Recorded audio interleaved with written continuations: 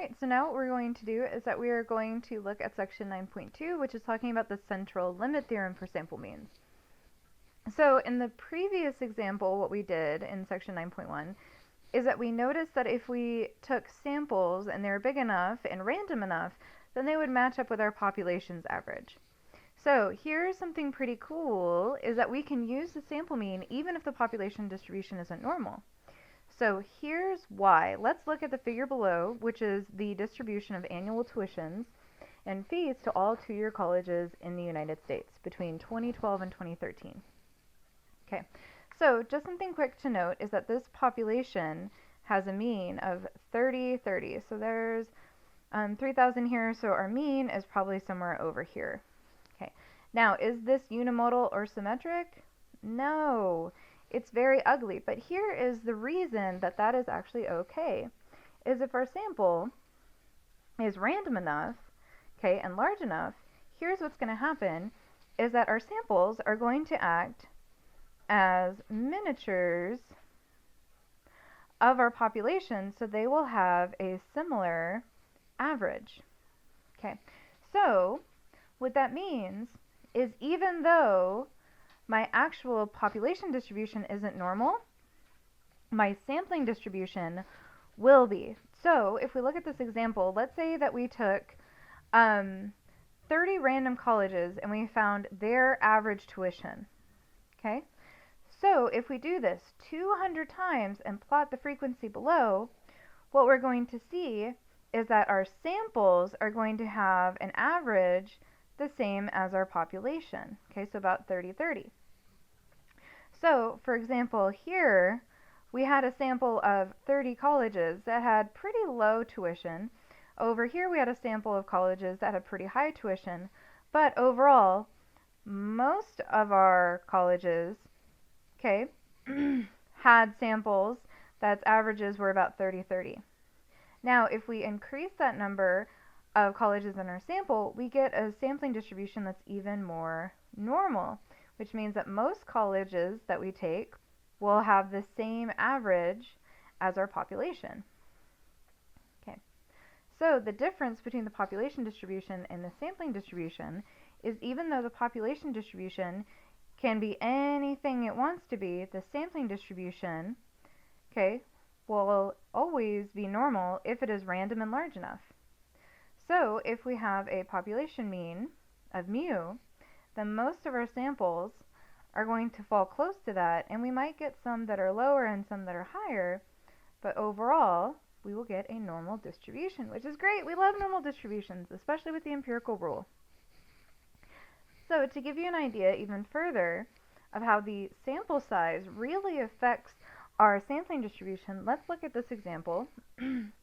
So let's use that marathon that we had from 9.1 where it had an average finishing time of 91 minutes and a standard deviation of 16. Okay. What we want to do is we want to know the probability of choosing a random racer that falls within 10 minutes of the population mean. So we want to know the probability that a racer finishes between 81 minutes and 101 minutes.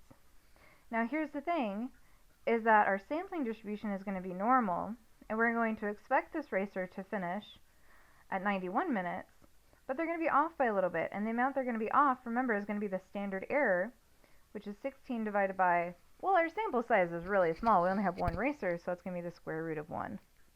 So we're going to be looking at a normal distribution with a typical value of 91 and a standard deviation or standard error of 16. So if you go to StatCrunch, which this is what you guys are going to be using for your homework too, remember we're going to go to calculators, we're going to go down to normal. Okay, and remember we're looking between. So if we look between, we're looking at a mean of 91, a standard deviation of 16, and we're looking between 81 and 101 minutes. So that probability is only about 46.8%.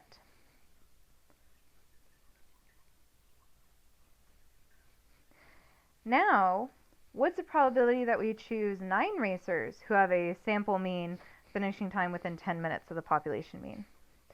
So, we're still looking at between 81 and 101 minutes, But now, because we're looking at a larger sample, we still expect them to finish with 91 minutes between them, but the amount that we're going to be off is going to go down.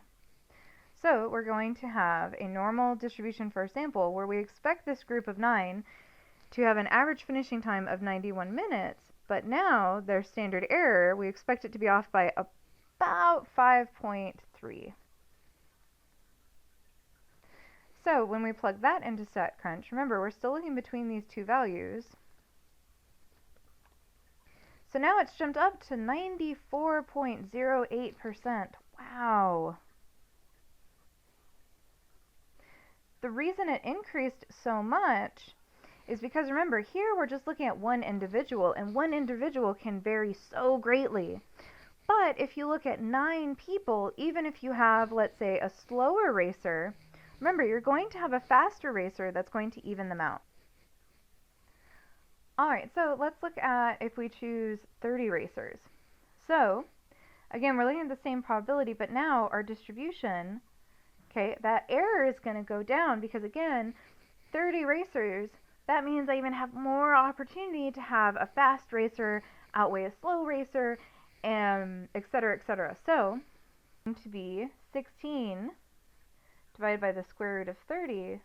So my sampling distribution now is going to have a smaller error because I have a smaller standard error. I have a bigger I have a bigger sample. So my error goes down to 2.92. So that means that my probability, which I stated above, is going to be, let's just go ahead and change the standard error here, 99.94.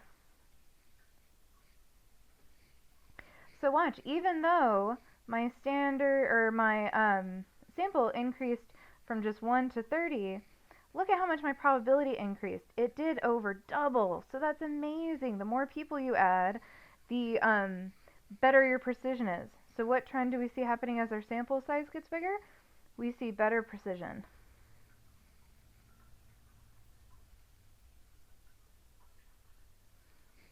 So what we have is we're also going to have central limit theorem conditions for population means. So it's going to be similar to chapter 8, but it's actually going to be easier. So first, it has to be random. That reduces bias. The second is that we need a large sample. Now, either the population needs to be normal or we have to have a large sample. Okay? A good rule of thumb is that we need our sample to be at least 25 or bigger. Now remember in chapter 8 we said we need at least 10 successes and 10 failures. In this case, we're just looking at average. So you can't be in or out of a group. We're just adding you to a bunch of other people and dividing. So it just needs to be 25 or bigger. Population size still needs to be at least 10 times bigger than our sample. Remember that is so that we can repeat things. So let's go ahead and look at this example. So the mean age of all 638 used cars for sale in the Ventura Country Star one Saturday in 2013 was 7.9 years with a standard deviation of 1.2 years. The distribution of ages is right skewed. For a study to determine the reliability of classified ads, a reporter randomly selects 40 of these used cars and plans to visit each owner to inspect the car. He finds that the mean age of the 40 cars he sampled is 8.2 years and the standard deviation of those cars is of the 40 cars is 1.6 years. So, first off, mu, that is from our population. So our population was all 638 cars. Okay? So our population was all 638 of those cars, and they had an average of 7.9 years with a standard deviation of 1.2. So remember, that's going to be your mu and your sigma. Now, our sample, which is the ones that he pulled from the population, he pulled 40 cars, and he found that they had an average of 8.2 years and a standard deviation of 1.6. So that's going to be your x bar and your s. So mu is going to be 7.9. Our sigma is 1.2. Our x bar is 8.2. And our s is 1.6. Now what we want to do is that we want to make sure that the 3 conditions for this confidence interval are met. So first, was it random? The answer is yes. We know it's random because he said randomly right here. 2, is our sample big?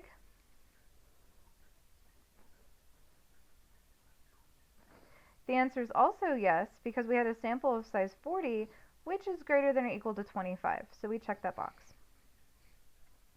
The third one is we want to make sure our population is large enough. So our population is 638 used cars, and what we want to know is that at least 10 times bigger than the sample he took?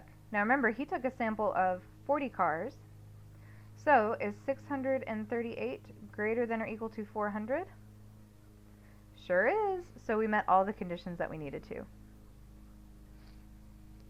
Okay, let's do one more example, and then we will stop here before we get to 9.3. So the average income in the District of Columbia in 2013 was $76,000 per person per year. So suppose that the standard deviation is $35,000 and the distribution is right skewed.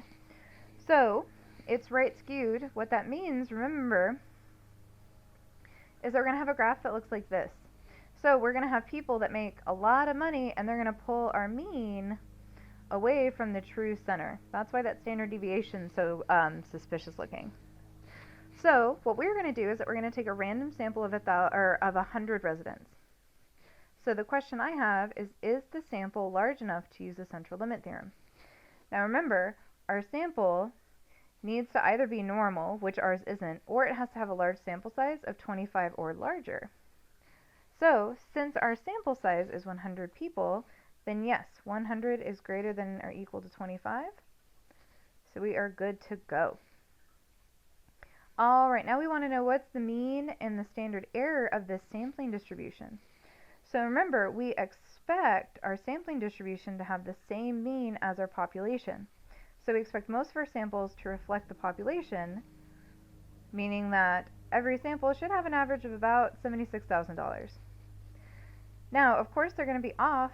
So how far off are they going to be? Well, that's going to be the standard deviation divided by the square root of our sample size. Okay, so the square root of 100 is 10, so our standard error is 3,500. So, one more time, if we take 100 people randomly from Washington, D.C., and we ask them, hey, how much money do you make a year? On average, they're going to make $76,000 a year, and our samples are probably going to be off by about $3,500.